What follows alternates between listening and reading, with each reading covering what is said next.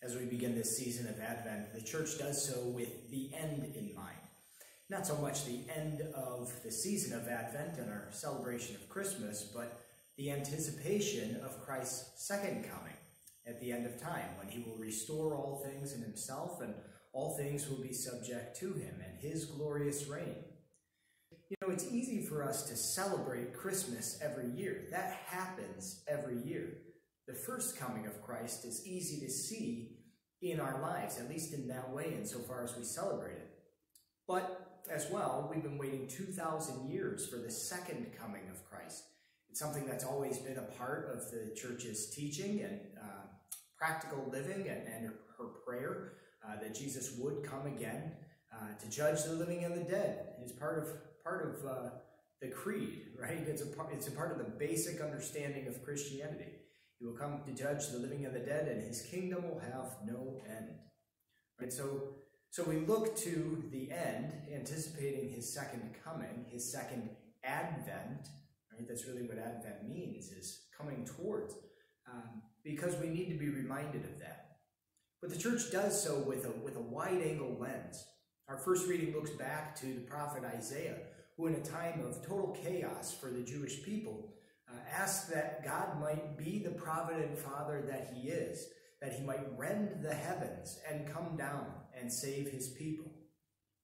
God made good on that request in the first coming of Christ, as Jesus was born into the world, the Savior, the Redeemer, and lives out his life on earth and ultimately sacrifices himself on the cross for the salvation of the world. So we look back knowing that God has made good on his promise of fidelity and providence for his people, even as we look to the end and in some ways ask of God the same thing. Would that you would rend the heavens and come down and save us from our present distress.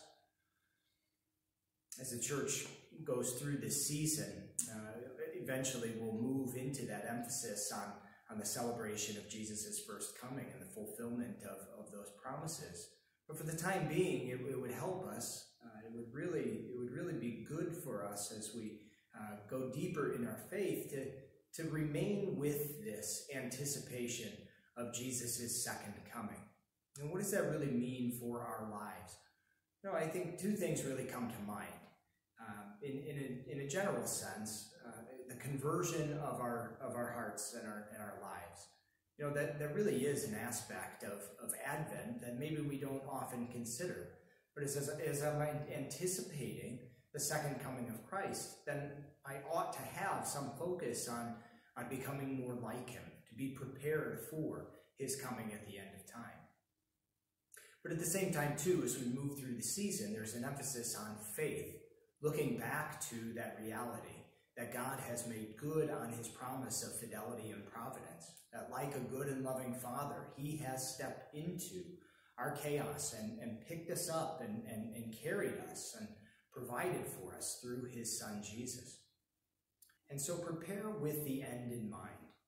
Prepare for the second coming of Christ, that your heart may be better prepared to enter into our celebration of the first coming of Christ at Christmas.